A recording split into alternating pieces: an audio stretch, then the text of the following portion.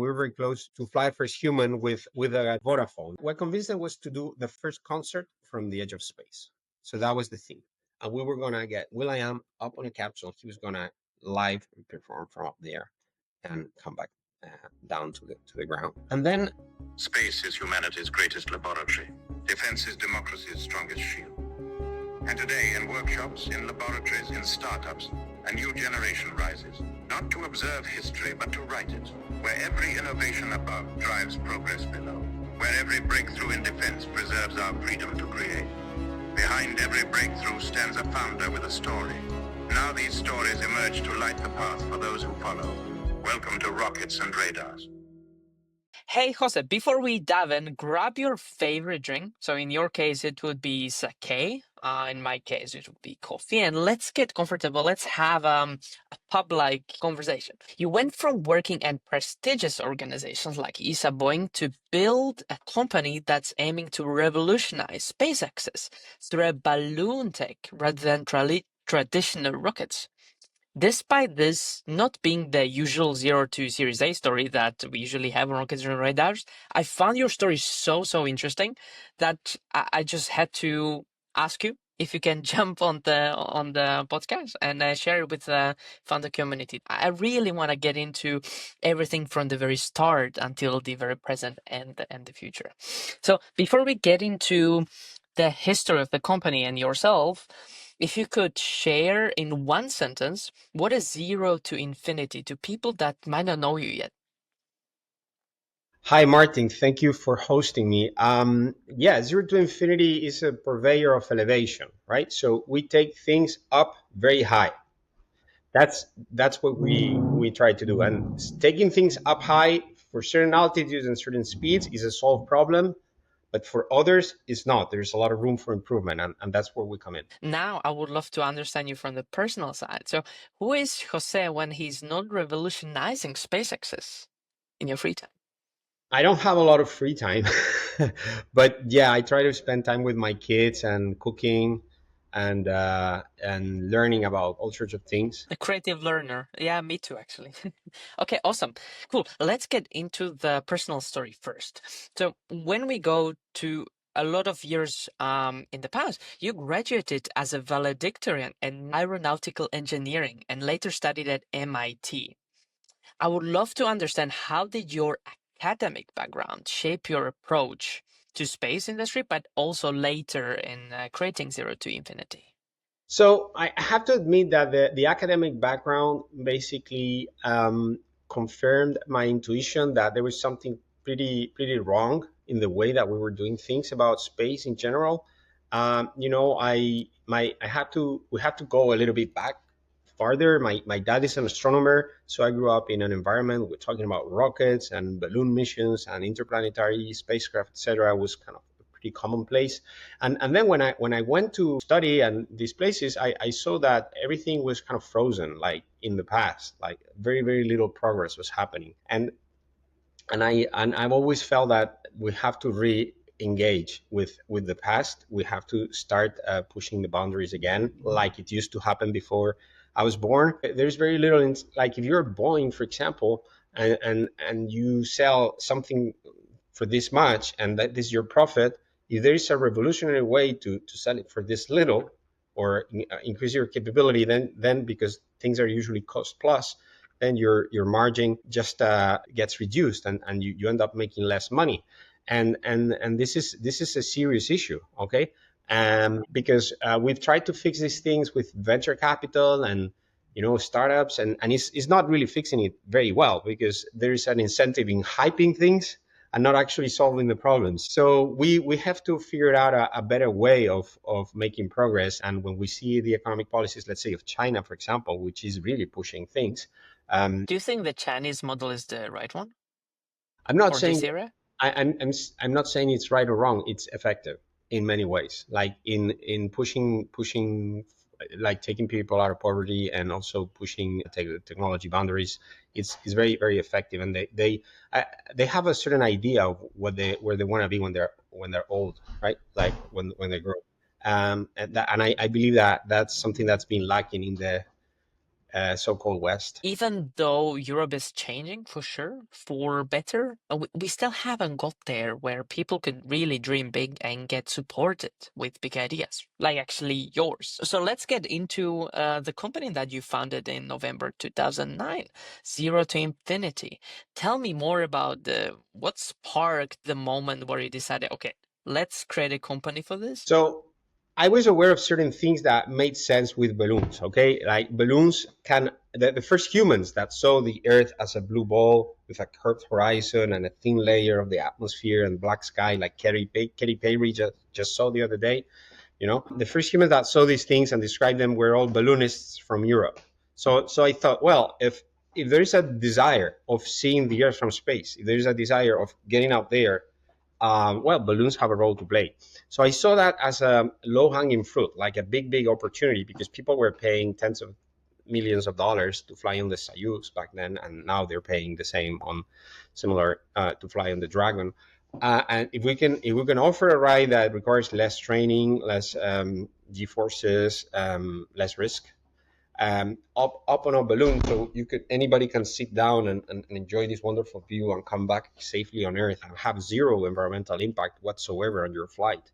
Wouldn't that be wonderful? So that was, I thought, well, let's do that, and then we build a community of people that have had this flight, and we build all the things on top of that, because it's not just sending them. When you go up there is something that changes in you forever, and that's something in common. So I wanted to make astronauts, if you will. I mean, there's all this debate about what's an astronaut, whatever, like people that have experienced the overview effect. And once you have a large community of such people, you can fund other things. There's ways to reach orbit that makes more sense. There are other things that balloons can do, such as astronomy or Earth observations. There are things that you can deploy from balloons, like a microsatellite launcher. So I just thought that there was like a big gap. Nobody wasn't addressing it. And it was less capital intensive, because I started Zero to Infinity and I had some money, but I had not sold PayPal or anything like that. I had modest savings, and I had to figure out a sustainable economic model with incremental steps, you know. And I think that can be done, and I'm still in the journey. I mean, I haven't made it there. We haven't yet flown a human, but I think we will, and it will be very successful. If I can ask, if you remember, how much cash did you have back then at that point? About 90,000 when I started. With 90,000, I hired a team, made a patent, made a website, presented it in the highest end tourism conference in the world back then. It was called Pure Life Experiences in 2009, and made a business plan, etc. I mean, I was lucky because it was the economic crisis in 2009, so there were a lot of people that didn't have much to do, and they were helping in some way, you know. So I had like people doing MBAs that they had nothing to do. So I managed to get a lot of help from these people, and some of them got paid in tickets. So eventually, if we actually make it, they will have a ticket that they can either fly themselves or sell it to somebody else, and probably made a lot of money. Yeah, that's an interesting perspective of incentivizing people, right? To join you. That's amazing. As you mentioned, you introduce your concept at the travel fair, at the luxury travel fair, instead of a space conference. What was your thinking behind this strategy? The market for space tourism is adventure travelers. It's not space nerds. There's a very small superposition of these two. So I think the space sector, one of the issues that it has is very endogamic. It's always looking at its own things, and you go to a conference, it's always see the same people, and you need to open up. Like, I'm very passionate about bringing all the people from other walks of life into space. Like space, like any other sector, it makes sense when it's kind of integrated in the rest of society. And I believe that space tourism is going to do that, make it less of something about nerds and more about just our daily lives. Also, you know, I was pretty fascinated by the fundraising success of Virgin Galactic that raised around $300 million on basically a PowerPoint at $1 billion plus money valuation, and they were pitching in those circles and trying to recruit travel agents, and so we went that route. It wasn't very successful. I have to say that the travel agents and those kinds of people, they are very conservative for a reason, and they want to preserve their clients, and until you actually fly some humans, all these conversations with them are pretty useless. But I didn't know that back then, and I thought I had one of my professors from MIT, Ken Morse. He was always insisting. He's an entrepreneurship guy. He was always insisting on validating, market, selling to the market, getting product market fit and so on. I realized that is absolutely not that important, and until you demonstrate that capability, it doesn't mean anything to sell to that. Like, you need to take a first human, and you need to figure it out how to take him, and probably the route to take that first human has nothing to do with how you will be selling these things in the end to tourists. Totally. Like, your flight heritage is on another level, right? You have to bring a real human, which requires a lot of other things from the safety perspective, right? Yes, I mean, it's not super hard, but there's a minimum of, like, if you cut corners, you get problems, and that's we don't want to cut corners at all. But yeah, it's surprisingly little. Like, the gap from where we are to flying a first human up where the sky is black is around 3 million euro. So it's Mm. like a nice apartment in the center of Barcelona. That's the level of investment. Of course, if you know what you're doing, there are other companies that have received hundreds of millions, nothing to show for it. But if you're doing something like high altitude ballooning or human spaceflight, or these kinds of things, you just need the right ones, and they don't have to be a lot of them. Or you're developing a new kind of rocket engine, you don't need a huge army, but you need the right ones. And that is the skill that is scarce, I think, to know which one are the right ones, because there's this understanding of, oh, we'll just throw money at the problem. Wrong. It won't get you anywhere. By the way, we were talking about balloons a lot. I would love to ask you, why balloons instead of traditional rockets to bring either assets or people up in a vertical sense? And I'm very curious, like, what was your pitch in the very beginning when people ask you those questions, if they did? So, but why balloons? It really depends on what you want to do. If you want to get somewhere really fast, the balloon is not a good solution. Okay, you're gonna need a missile to get from A to B in 15 minutes. You're gonna need a rocket.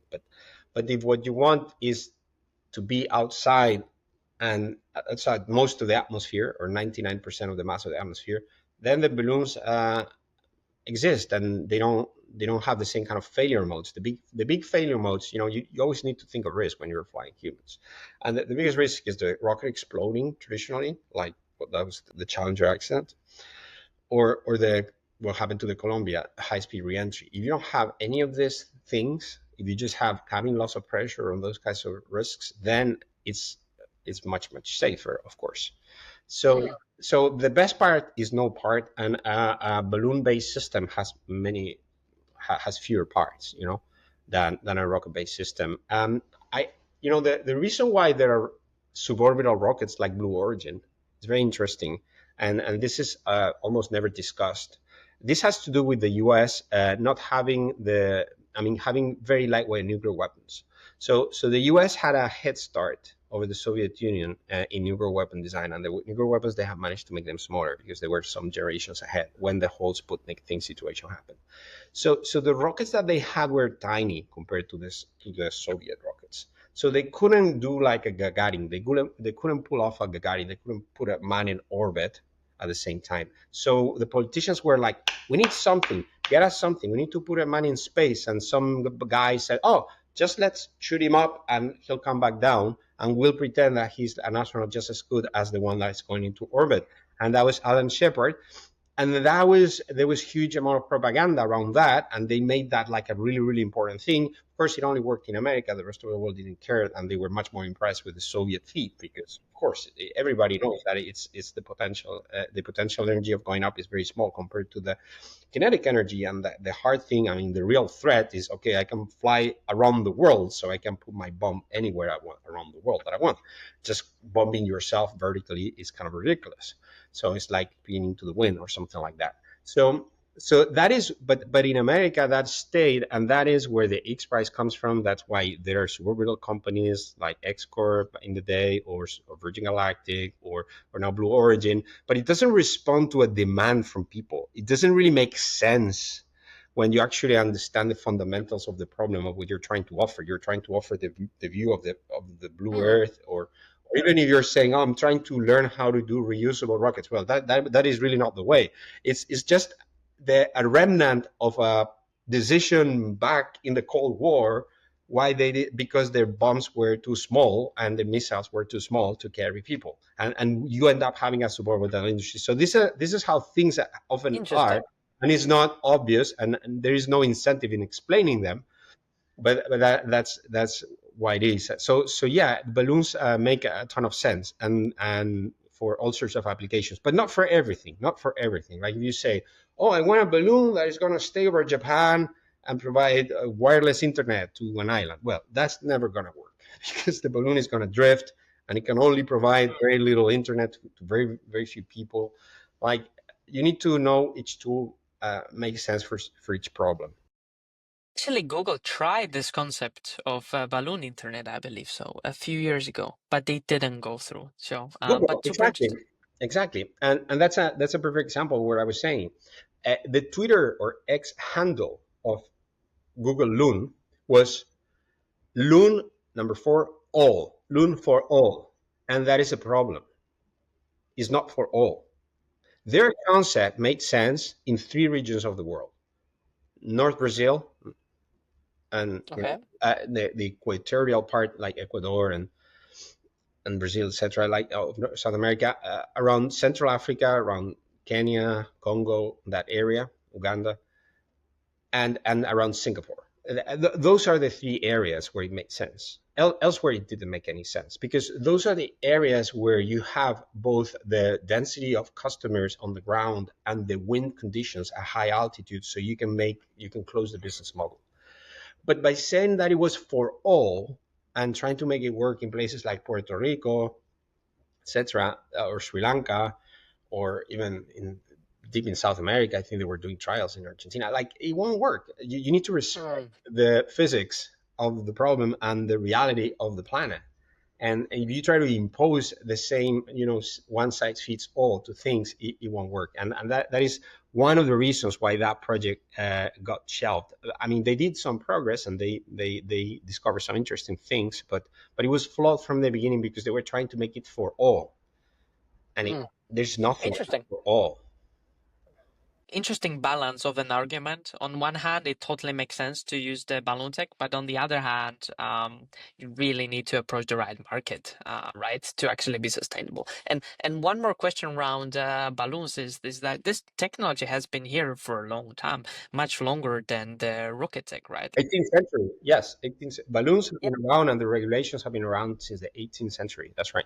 So, yeah, precisely. So I don't understand why this tech hasn't progressed so well if it's a no-brainer for very specific missions like space tourism, right? You can ask of it the other way around. Like, why has rocketry advanced relatively more? And that has to do with its offensive capabilities. So for a military officer that is planning, an attack or a reaction to an attack or something, rockets, they like them because they can go from A to B. You can control them. Like they are obviously offensive, and balloons, you need to take into account things like the winds, etc., and that is difficult for the minds of most people that are planning these kinds of things, because they don't like, what if you are attacked a day that the winds are going on the other way? You can't reach the target, right? So rockets have advanced a lot as collateral damage from missile development. Okay, and I would say they haven't advanced that much. But the reason why balloons have been left a little bit behind is because the military uses were less obvious. For one, I believe there are great military uses. Like the Empire of Japan was creating fires in North America at huge distances using high altitude balloons in the Second World War. If they were able to do that, imagine what we would be able to do now. Like the Chinese had this balloon that went over the Pacific and went into the United States, and it was incredibly difficult for America to bring it down. And imagine 99 of this or hundreds of this. What can you not do? And they're above air defense systems, and so there's a misunderstanding about them, because yeah, they don't look like a stick. They're not like something that you like something that you throw like a spear or something like that. So we it requires more holistic thinking to integrate them in a defense concept, but they can actually be used for that, and eventually they will be used for that. You're also working on, right? We'll get into that in a bit. Before we get into your first 200K check from Ultra Magic, I wanted to get into your head and reflect over the first year or so. If you have any learnings from that period that you would love to share with other founders that might be starting with a similar concept that is misunderstood worldwide or is very early in its implementation. Decisions to invest and or not invest, etc., are very irrational and emotional, and that humans are tribal. So that as much as you want to understand that your Excel is persuasive or your deck is persuasive, it's not. It's who is talking about you. What are they saying? Do they have status? Okay. So those things matter so much more. Like, you are much more likely to convince somebody to invest in your company if they have gone to the same school that you went. And those are the things that really make a big difference. Not so much how smart your system is, because very few people will understand how smart it is, and those people, they don't have any money. So it's it's much more of a psychology thing than anything that you learn in finance or innovation. Currently, there's a lot of tech that is being overfunded, in my opinion, outside of the space industry, which doesn't make any money now and might not make any money in the future. It is based on what people believe in, right? And if you can actually persuade them to believe in that. And then, as you said, the tribal mindset, right? Like once an individual is thinking about it and the next one and the next one, then people just come on board no matter what the opportunity is, which is super interesting if you look into the very first principles. Let's talk about the very first check of 200,000 euros from Ultra Magic, a hot air balloon manufacturer. I would love to get into your head again and understood how did that conversation go and how did you get that first check? So we got several no's until we got the yes. So they had said no several times, and we insisted. So that's another piece of advice. Like, a no, it doesn't mean a no in these kinds of situations necessarily. I mean, it meant a lot that it came from them, because these guys, Ultramagic, they are the largest, back then they were the second largest manufacturer of human rated balloons where people can fly. Like, if in the audience, if they've flown on a hot air balloon, there's like 1 in 3 chances that was built by Ultramagic. Okay, so why is that important? Because they know the path to get all the permits, the insurance, the certification, everything ready. And it was a big sign for us to receive their trust, that they would help us and provide the cash to of course, with 200,000 we couldn't take a human up there, but we did fly our first pressurized capsule, and that, I think, that provided some validation to the newer investors, because a lot of them were like, I don't know if this is even legal, I don't know if that can be done, but then you say, well, they know, they make balloons for a living, they're the most successful at that. If they think it is, you can trust them. And that's how it worked. So it was kind of a strong validation in that respect, and gave a little bit of peace of mind to the newer investors after that. And as you mentioned, certifications, right? And aviation authorities were a key player in your pitch and in what the investor thought that is potentially successful or not. How did you navigate those relationships with those authorities as a startup in the very beginning? To be honest, my impression with other certifying authorities and permits and so on is they are bored and they want to see more things happening. Okay, so I thought that they would be tougher, but they want, especially they see things going on in America or in China, they're like, come on guys, here, get your act together, get something going. So I think the individuals within these organizations want things to move for sure, and that was a good thing to see. Again, like when we talk about getting people on board, you have to understand them. what they are thinking, right? Those folks, they were bored, so getting them excited was the way. So everything then falls into the psychology, right? How do you perceive those people? Like, what are they thinking right now? So super interesting insight here. Okay, great. So with the 200,000 euros from Ultra Magic, you have been able to do your very first test. How did that go? So it went really well, and we were very happy, and that allowed us to raise a little bit more with business angels and two VCs. And that one, that was already big. That was half size of the, so the Bloon, we call it Bloon, the vehicle for human flights. They will have 4 seats for passengers and 2 seats for pilots. So it's a 6-seater. So we flew one that was half the size, and that is now in a museum. You can go and see it. It's hanging from the roof in Zaragoza. There's a mobility museum, and or little Microbloom 2.0 is sitting there, hanging there from the ceiling. So we flew that, and I sincerely thought that, okay, we've shown that we can fly this with 1.5 million. Let's get the rest to fly first human. And I mean, this happened in 2012, and I've been still fighting since then, because I haven't been able to transform that into the investment required to get us past that. And that's that's interesting, because when we flew that thing in 2012, nobody else was proposing space tourism with balloons yet in the world. Like, there was no other company. Now there's been a few companies. There's some that come and go, but back then we were still the only ones, when we were proposing it. As I mentioned, this is a very unique story to share, and I'm very happy that we actually get into that. Okay, if we get back into the time when you get the check from the business angels, which was around 1.5 million euros, if I'm right, I would love to understand, how did those talks with those angels go, and what was your approach of securing this high amount of funding for such a unique value proposition and value product that wasn't available anywhere else? So the things that work were all absolutely random. Okay, so when I tried, like, we tried to do sort of a road show and pitch to people and have a spreadsheet and all those kinds of things, none of that ever worked. So things were very random. Like, I got invited to speak at an event or on a conference. I sat down next to someone.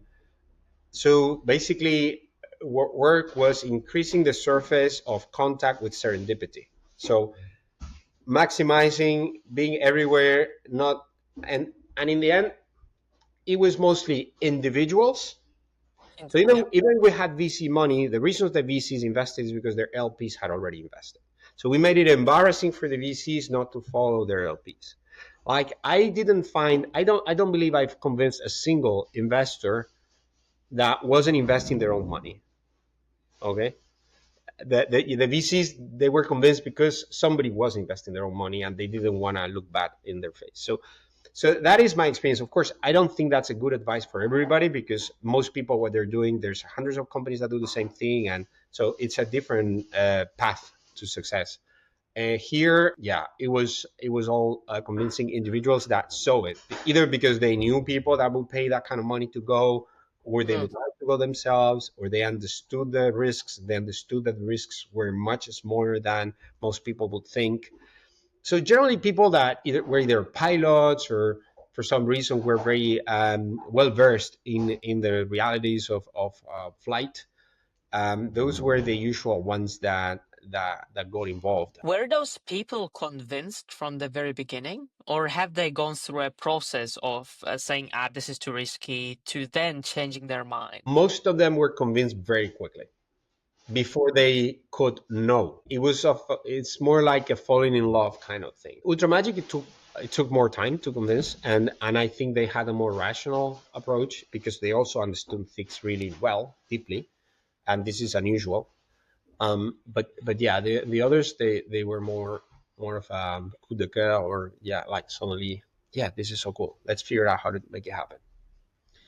And if they say this is so cool, you might have shown them visuals probably that made them excited, right? Or Yes, did you use any other secret tool to actually get them on board?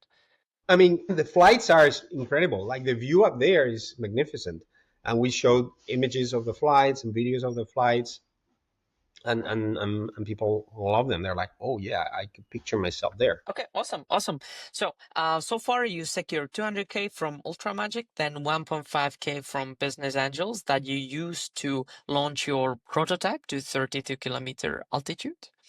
And then you were thinking about getting into the next step of launching a full-scale product called Bloon, right? Yeah. Full-size Bloon with the new round of capital, but that didn't happen in the end. So I would love to again get into your head and understand what was the hardest part about not being able to get the next round of funding at this point. We were seeing that people had been inspired by us and suddenly started raising dozens and many tens of millions, even people that had signed some sort of NDA with us. And but we were very close. There was something that was very exciting. We were very close, to fly first human with a telecommunications company called Vodafone in the UK. And they were, back then, they were the sponsors of McLaren, okay? McLaren F1. And I had some relations with them and talks with them, and they give me hats for my kids and things like that, signed by the drivers. And I was telling them, look, guys, this is all very cool, and F1 is very cool, but did you see what Red Bull just did? Did you see that Red Bull had a guy skydive from a balloon? Jumping from... Exactly, Yeah. Felix Baumgartner. That blew the F1 out of the water. That was much more successful than your F1 thing. And they were like, oh yeah, you may have a point. So let's talk. And so they came to me and said, could you fly higher? Could you jump from higher? And I was like, okay, no, let's sit down and think this through. Like, the values of Red Bull are not the values of Vodafone. What does Vodafone do? They connect people. What do people do with their phones? They listen to music. There's a bunch of musicians that want to fly with us. And so I gave them a list, which included Muse, the band from the UK. We've been in talks forever to fly. Now Katy Perry was the first famous, musician to fly, but we were in talks with Muse for the longest time to do that. And then they settled on Will.I.Am.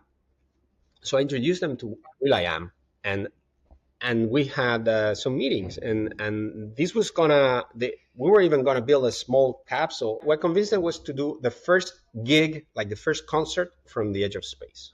So that was the thing, and we were gonna get Will.I.Am up on a capsule. He was gonna live perform from up there, and come back down to the ground. And there was gonna be STEM stuff, because he's got like a foundation, and it was all really. And this is 2020, and then what happened was the number 2 of Vodafone changed, and the new number 2 was like, oh, if this is a success, is the other guy's success. If this is a problem or it goes over budget or whatever, I have to deal with it, so I'll kill it. And that almost killed the company. Like, we were working really hard on this. We had really invested in this. We were preparing the capsule, but we had only, of the 5 million that it was going to cost, the whole project, we had only been paid like 300,000 or so.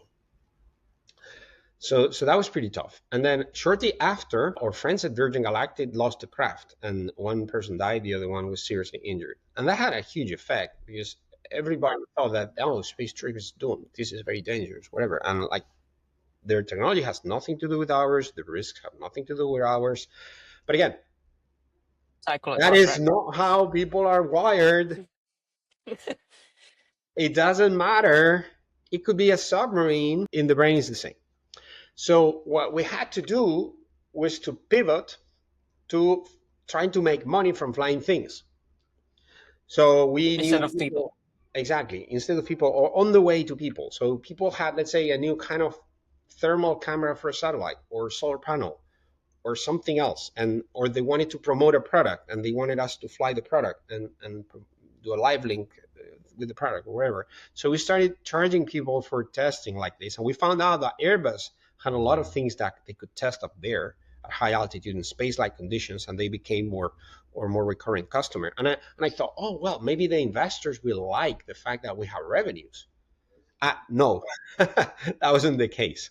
That wasn't the case at all. That didn't make or getting investors any easier, because they either say, oh, this is very little revenue, or they would say, oh, but this is revenue from a different line of business. It's not from the tourism one. I'm like, yeah, but the tourists will pay when we fly humans. Before, it's almost impossible. We've tried to monetize the steps on the way, to try to make funds, and we still do. Like we're still in that business of flying things when needed. If you got back to that era, would there be any things that you would do differently, especially around this pivot part of your journey? I would have paid more attention at the pivot and tried to find a business model of flying things that was sustainable in itself.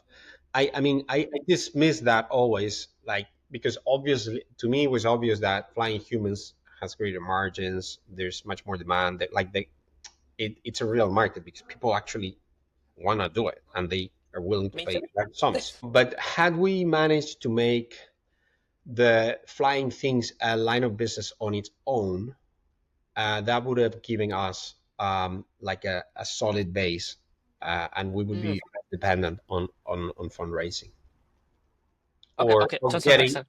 yeah or getting big deals like the Vodafone thing. Yeah, and it's funny because Vodafone they stopped sponsoring McLaren. Like if you look, it used to be Vodafone, McLaren, Mercedes, and then the Vodafone disappeared. They also bought First.com. First.com was like a website of first editions of books, and they bought that for a ton of money because this first gig at the edge of space was going to become other first. Like you would have a social network of firsts and you would do your own first, like my first paella or my first half marathon or whatever. my and they overcomplicated the whole thing about first. Like I just wanted to do the first gig, but and they ended up spending a lot of money on those things, and I don't know how successful that was from a marketing perspective. I don't think it was very successful. So they can still do it. Like there's still like Katy Perry just flew up there for 5 minutes up there, where the sky is black. So there's still up for grabs who's gonna fly up there. A friend of mine is a big DJ. His name is Burak Yeter, and he's gonna be flying on our capsule very hopefully soon. Okay, before we get into 2017 and your successful ignition of Bloostar, I would love to zoom out a bit and look into different parts of the business. Where were you at that part of the journey? So, regarding the product line, you had three core offerings in from 2013 to 2016. Can you elaborate more on those, just for the listeners that might not know your Yeah, the full product? Yeah. sure. So the first thing is elevate. Elevate is about taking things up where the sky is black. So it could be cameras, sensors, radio systems. Taking things up there. Then Bloon is taking humans so that you can see with your own eyes your planet. And then Bloostar is an original take on how to launch small satellites in an efficient way. And you basically break the problem in two. One, get outside of the thick soup of air. Second, pick up speed. The thing is, picking up speed in vacuum when you are already up there is a lot easier than picking up speed down here. Not just because of the drag, but because the rocket engines themselves are more efficient, because they expand into vacuum, etc. You can have configurations that are very, very bad aerodynamically, but hey, there's almost no air, so it doesn't matter. So that's Bloostar. Of course, there are other lines of business that we don't talk about that much that have more to do with defense. But yeah, those are the three offerings: Elevate, Bloon, and Bloostar. Okay, how much percent of your energy you were putting in each? With Bloom, which was supposed to get humans up, you had to reduce the energy just because of what was happening in Virgin Galactic and their disaster. So I guess you were focusing more on Elevate and Bloostar. How did you decide where to put your time? Like, how So did we had you? a we had a Yeah. board and we had these long discussions about these things, and they were. I mean, we have a lot of very very successful shareholders that are business angels themselves, and they taken company publics or they've had successful exits and so on. So a lot of them were very very very enamored with Bloostar. They were like, yeah, Bloostar is great. This is great. This is really smart. We should do this. But they didn't understand that there's never been a launcher that has been really funded privately. Like all of them are strategic asset of a government. And if you don't have a government that is backing you, it just doesn't happen. So for Bloostar to be successful, we would have to recruit a government, and we didn't get that. But when we decided to get to a point where we could answer the question, have you flown a rocket from a balloon at high altitude before? And how did it go? And say, yes, here's the video, it went perfectly, and here's the data, and this is what it did, and this is what it would have done from sea level. And that was a 600,000 bet, 600,000 euro bet, and still hasn't been matched. Like when we announced that, when we announced Bloostar and did the patent, etc. Again, 7 or 8 companies popped up, like one in Canada, one in the UK, 4 or 5 in the United States. They were all gonna democratize access to low Earth orbit by launching rockets from balloons. It was really funny because they were copying it, but they weren't really understanding why it was good. Like you would look at their drawings and their concept and like, oh, this is, I mean, now it's like when you ask a AI to do something and it doesn't quite get it. So it was like that. And some of them raised a bunch of money. Like the one, it was Space Ride in Canada. I think they raised $10 million. They never got a picture of a rocket flying, or a rocket flying from a high altitude balloon. They hired a bunch of people, bought all sorts of equipment that we sold up then when they closed in the fire sale. And it's kind of fascinating that yeah, this is a phenomenon that happens, that you start something, get a little money, prove something, and people just run and raise so much money with nothing to show for. But yeah, but we stopped at 600,000 because we didn't have that much cash, and we recognized that to develop Bloostar you needed a lot more funds. Like to develop Bloostar completely with 4 orbital launches and everything is around 120 million euro. Okay, and if we couldn't get 3 for first human flights with Bloon, how are we gonna get 120? Like, and it's still extremely capital efficient. When you look at, let's say, ISAR, they raise 450. Yeah, and or like there's lots of clones like that, lots of as I like to say, like lots of Scud missiles with an upper stage factories all over Europe. Yeah, so we stopped with that because we had 2 good leads in terms of governments that were interested. One was the government of Singapore, the other one was the government of Algeria. Okay, and we're still talking to different governments about this. So I think it's still a good idea. Of course, on a cost per kilogram, it can't compete with Starship or anything like that. But on a cost per launch, on a cost per mission, on a cost per responsive access to space, then it does make sense. And had Europe done that bet back in like 10 years ago when we were proposing this, Europe would be now with a reusable, mostly reusable, small satellite launcher on demand, launching from the Canary Islands. That's a capability that would make Europe a lot more serious of a player in the world stage in geopolitics. But we don't have that because we prefer to try to copy what SpaceX was doing 20 years ago. Okay. Well, that's I think another talk. We could talk about it for a long time, but it's true. But again, it's the tribal thinking, right?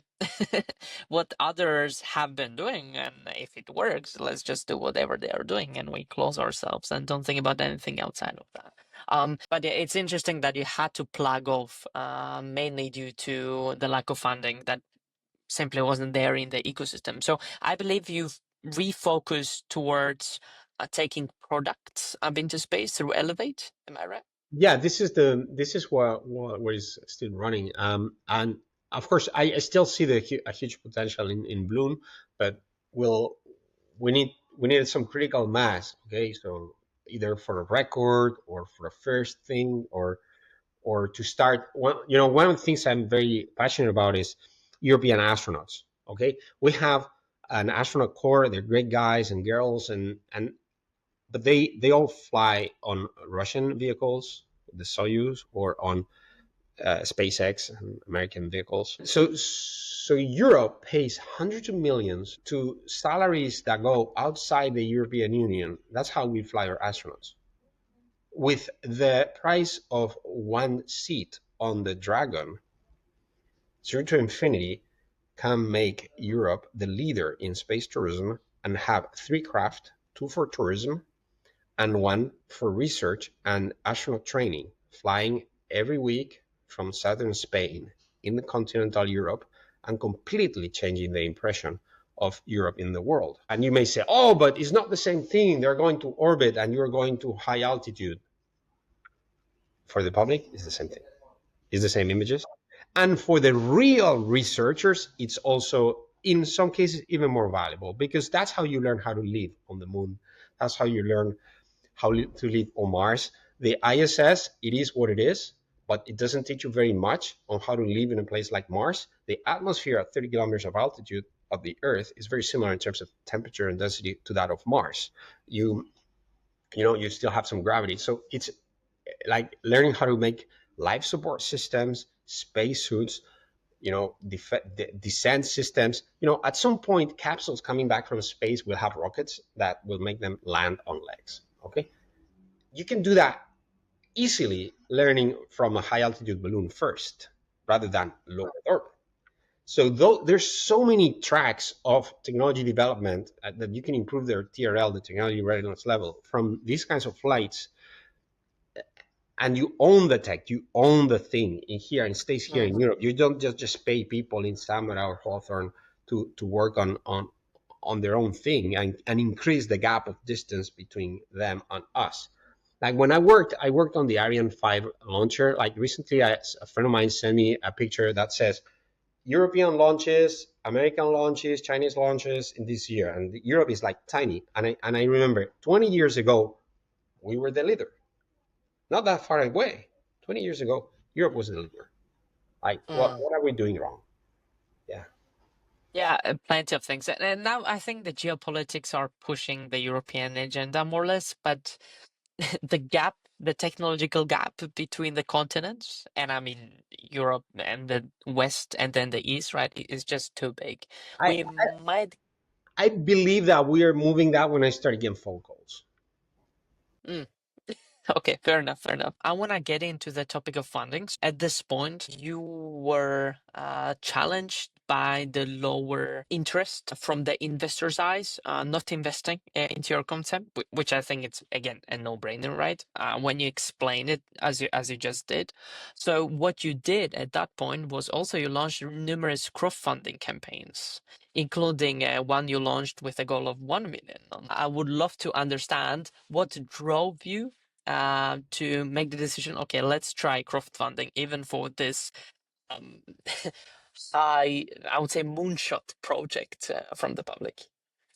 Look, we tried to crowdfund many things. For example, there was a total solar eclipse over the North Pole. So the shadow of the moon would be flying and crossing the North Pole, which is covered in ice because of the Arctic Ocean. And and the next time that there will be the same thing, it may have melt. It may no longer be white. It may be like dark because it may be just the ocean, right? So it was very symbolic because, like, oh, to show that the Arctic is changing and it's melting and, the, and Mm, and so we proposed not to fly humans there, just fly some high-end cameras to record this incredible event of seeing the total solar eclipse on the North Pole. We were going to be launching this from Svalbard up there in the North Atlantic. And that was, I don't know, 50,000 euros, something like that. We were trying to raise for that. We couldn't raise that. And we mm, were going to be giving little presents, like a piece of the balloon to the people that funded it. So all the crowdfunding things were a failure, all of them. Like the 1 million one, we started with a convertible note of a couple of convertible notes. So we had like 40% of the bar already full to start with.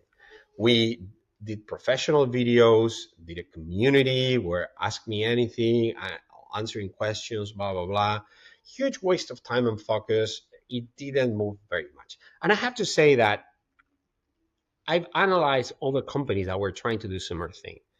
Like there was Planetary Resources that wanted to do space mining, and they wanted to fund a little tiny satellite, not very much, but to demonstrate some of the technology that would be required for that. They launched that in Davos, the World Economic Forum, and they had billionaires backing them and celebrities and the events. They didn't close their crowdfunding either. Okay, like almost nobody has managed to do a successful space crowdfunding thing. It just doesn't quite work. So It you does. don't think it's a good idea for I think anybody else to try?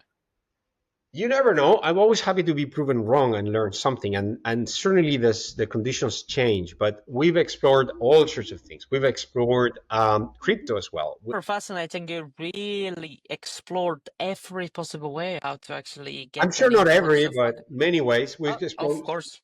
Yeah, sovereign wealth funds, etc. Yeah, because for example, these capabilities is strategic. Like you take a country like Saudi Arabia, for example, and they want to bring people. They want to change the image that they have. They want to look modern and everything. Well, bring billionaires and make them have the most incredible experience that money can buy in their country, in that country. So they fall in love with the place and then they invest in the place. And then they buy real estate and they bring their friends and they talk about your place in a good light. Like Spain after the Second World War was extremely isolated and it was a mess in many ways. And by using smart in a smart way tourism, we brought people and we made the country better and changed the image from, oh, this is a very very very extreme conservative place where women can't drive whatever, to, hey, this is a modern country and let's all come and invest here. So many countries can use this. Some need it more than others. So another piece of advice that I would give to entrepreneurs is, don't go to the obvious place. Go to somebody that needs you more than you need them. Mm. Okay. So the usual VCs in Silicon Valley or in Paris or in London, they don't need you. They don't need you. It doesn't matter. They can pass on you. It's okay. Find somebody that needs you for whatever, because you provide something that is hard for them to have. That's your investor customer. Is the one that really needs you. And these are usually less, usually not the famous ones. For example, like I can't count the number of times that people tell me, oh, but why don't you talk to Sir Richard Branson to invest? I'm like, okay, I've known Sir Richard Branson for many many years, even before I started the company. Like, he doesn't invest, and that's not how it works. You need somebody that wants to be Sir Richard Branson or wants to be smarter than Sir Richard Branson, but doesn't have a space company, but has the money, and then he invests in you. Okay, and you provide him the spacey part. But if you're already Elon or you're already Branson or you're already Bezos, you don't need that. So you're not even going to pay any attention, no matter how good your thing is. So you need to, but there are lots of people that want to have their foot there. They may not even speak in public about it, but and they have money from real estate or from making lubricants for machine shops or machine, all sorts of boring business, because most of the businesses that make money are incredibly boring and repetitive. Most of them are, but all the attention is on the sexy things. That's There's a game theory situation here where you, okay, figure out who needs you more than you need them. Super. Thanks for sharing the advice. I would love to pick and gritty to use this framework. Like, let's say that you were in 2017, 2018. If you would apply this framework, who would you choose as your potential source of funding? Somebody that can provide an alibi to others to follow, like a lead investor, somebody that has the credibility uh, to bring others, even if that is an irrational decision. But yeah, somebody that can act like a lead investor, because 99.5% of investors are followers, not leaders. So you need that shining light, somebody sexy that gives them peace of mind. Super. But I Again, would say Warren Buffett. uh, okay, Yes, interesting. Well, because he he is is. Yeah. credible, and people think, oh, if he's doing that, then I don't need to understand. I'm gonna go. So that would be the answer. No, Of course, I didn't good. even try to do the deals, but yeah. Okay, cool. Before we get into the future of your company, or how do you see yourself in the short and long term, I would love to get into one more milestone within your journey, which was creating a subsidiary in Germany to partner with OHB from 2018 to 2021, around that period. I would love to again pick on your mind and learn what lessons did you learn from this potential collaboration back then. Yes, that was very interesting because Marco Fuchs and OHB they were looking to join the race to put satellites in orbit from Germany, and they were talking to many people, including ourselves. They were talking to Dassault, for example, the Dassault system that Dassault the aviation that makes the Falcon private jets. So and within the OHB team, there were two parts. One part was very open, and they valued our concept of using a balloon, and they actually liked very much that it wasn't a missile because big missile factory in Germany kind of sounds like too early, but because this is not a missile, there's something else that launches from a balloon. It's like less offensive, and they so many people were open minded. I really like that. I like to believe that Marco actually was among them. But the problem was that OHB and all its subdivisions like MT, Airspace, they had a long time to think about what they wanted, and they lots of people individually they had the dream of making their own rocket, and we were these foreigners coming there with something that shattered their dream, and I didn't work enough to make it compatible. I was just trying to win. I was trying to, oh, my system is better, this is how it's cheaper, this is how it's more effective, you need fewer people. And I wasn't thinking, how do I make the other stakeholders within OHB need my project and make it really wanted? Because of course within OHB, like aerospace engineers like to design things, and they had their own little designs, and they were in love with their own little designs, and they ended up winning, and that's where Rocket Factory Augsburg comes from, RFA, from that internal conversation with OHB folks. And yeah, we were trying to be too smart and just be right. And sometimes you can either be right or be successful. And we chose to be right, and we lost there. So it's yeah, that's how it played out. The guys from Dassault also lost. Their idea was to launch a rocket from a Falcon plane, it gives you some benefits, but the balloon flies twice as high, as the plane. So the benefits are much, much greater. Thanks for sharing the reflection. Very important part of the journey that I learned just from what you just told me. Amazing, cool. Let's get into where are you right now as a company and also as a person, and then I would love to tap into where do you want to go from here. So I'm still as convinced as in day one that what we're proposing makes sense. I'm exploring other avenues, other ways of doing it. The company is in financial life support, like most entrepreneurs would have just dropped the ball, but I'm just kind of stubborn. And I'm exploring partnerships with places around the world, and I just suspect that it's going to work out in the end. I can't tell you exactly how or with whom, but yeah, it's I I agree with you that there's an opportunity in Europe to value again what we have. I mean, it's great to give hundreds of millions of dollars to people that just finished their university and they think they are going to be the next Elon Musk. That's great. Okay, let's keep doing that. But maybe let's connect also with the people that have experience building things here and that have been telling Europe to do things in a certain way for a long time. Not just myself, but others. Like a lot of them, like I I feel that part of my role is to bridge the gap between the experienced retirees, retired professionals that Europe has a lot, and the new generations. We were doing that. Like we learned how to launch balloons from people that were almost retired, but that had done it before. And being that bridge, I think it's really important because there's a lot of know-how, and it's clearly being lost. Otherwise, we wouldn't have the problems that we have in some of our tests. You see, it's clearly not being transferred um, because people are just thinking that all we have to do is copy America, and that's nonsense. Because actually, America, what they've done was from people that came from here to there anyway. So I'm optimistic about Zero to Infinity in the end. When the situation is not easy, but it's never been as obvious as now to the public that these things make sense that we propose.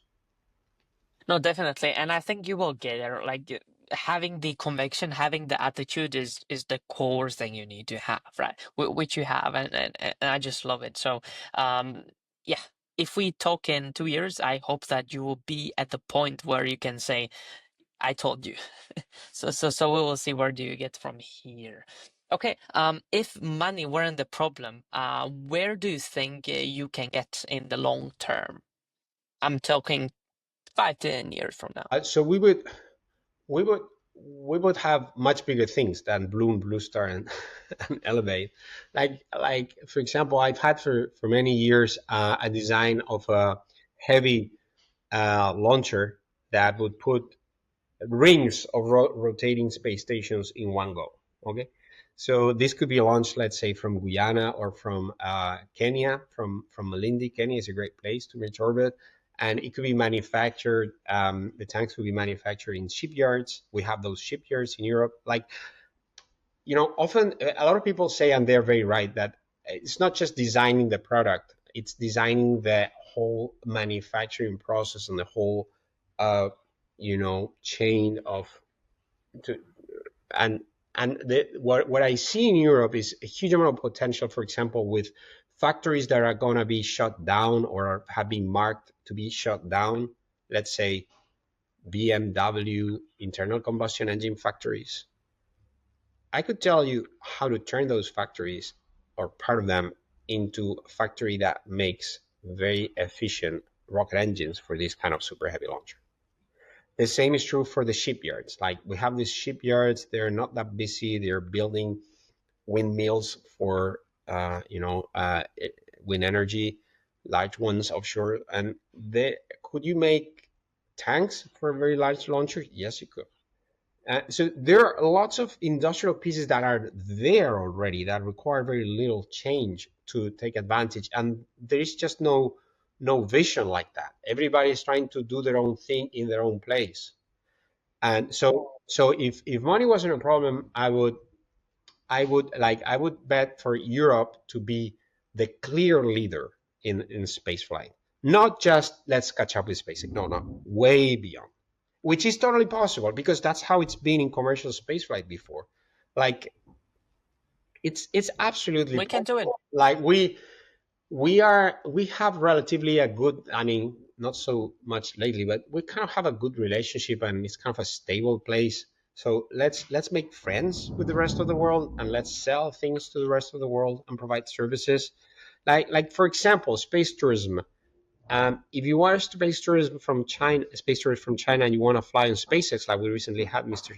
Chun, you need to become something else. You can't be Chinese. He became Maltese. Okay, Europe doesn't do that. Okay, so far, and that's a good thing. Like we don't antagonize, except for one exception recently, but we traditionally don't antagonize so much others, right? So let's get back at not antagonizing and just selling things to the world, and then we can lead. We need more people like you in Europe to be vocal about things that other people haven't done just because they haven't thought about it, right?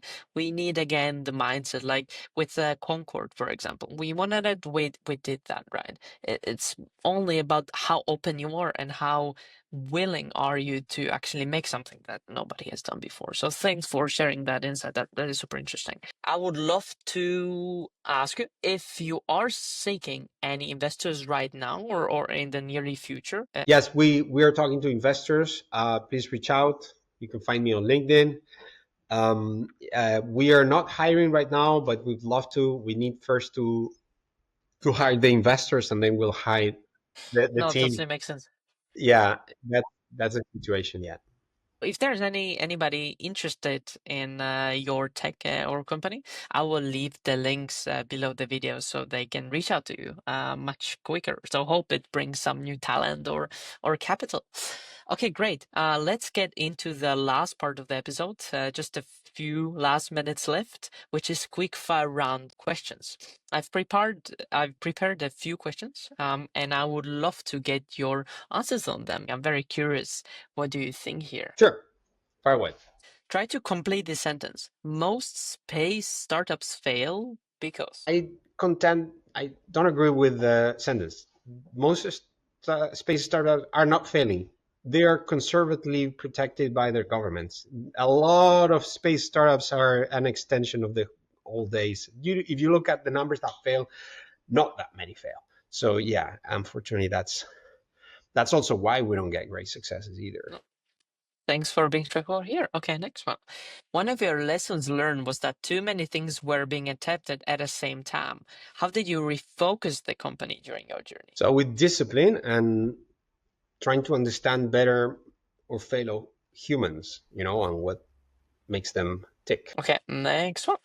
For the very early stage founders in the industry listening, what would be your advice on raising capital for such hardware intensive space ventures or companies? If you find someone that can be a supplier because they have the tech or because they can help along the way, and you can be a customer for them in some way, and they have cash, those are very interesting. Could be a corporate, could be an SME, but find somebody that wants you to succeed as much as you want for their own business. That often works pretty well.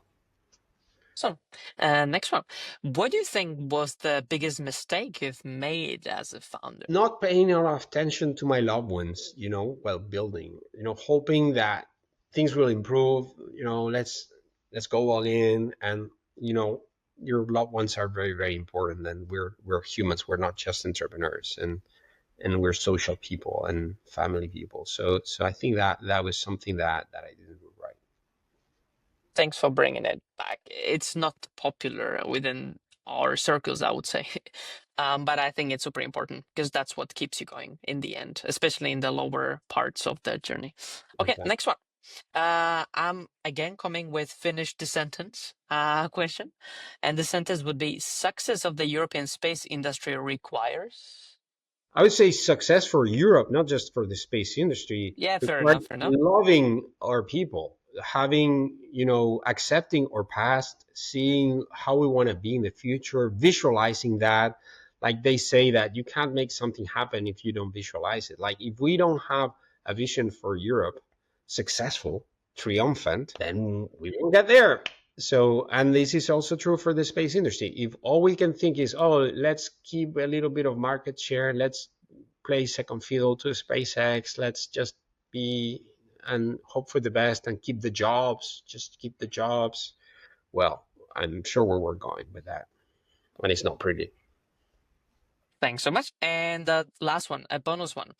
What is the strangest thing a client has ever asked you to send to near space or space? Strange. So that would be eggs of creatures. So there's a company that sells these packages of little eggs that are dry, freeze dried, and you put them in water and you put the food and they live there and live in this little thing, and they call them aqua dragons. And in the past, there used to be called sea monkeys. I remember seeing the ads of the sea monkeys in the Reader's Digest. They were often there with some little drawings of some people, and of course they didn't look like that. They didn't look like little people. They're like little crustaceans, like little shrimp. And we flew those. And there's a limited edition of space aqua dragons that has, this went up to this altitude, and you can still buy them somewhere. I think they're like a collector item, and that worked pretty well. And they sold lots of these little packages, and lots of kids have their aqua dragons that went to the edge of space. That's an Australian entrepreneur here in Barcelona that has this toy company, and she's the one that asked us for this. And so it's the only time that we've flown living things, but they were Creatures. living frozen eggs, like dry eggs, not actual creatures. Like we don't do animal testing on our flights. We've flown robots, and we intend to fly more robots. But when we fly fully built animal, it will be a human, not like Awesome. Thanks so much for your answers and also for your very interesting journey, full of ups and downs, and a lot of insights that you shared in between. So thanks so much for sharing your story and insights. And I hope that some of the listeners will get some either new ideas or a more clear vision on where they should go from this point. So thanks so much for being in this episode. It was very, very interesting talk for sure. Thank you, Martin. And of course, they can always reach out to me on LinkedIn. And yeah, it's been super fun talking to you. Yes, and I will add your LinkedIn also below the video so people can find you in all places on the internet. So thanks again for sharing your story.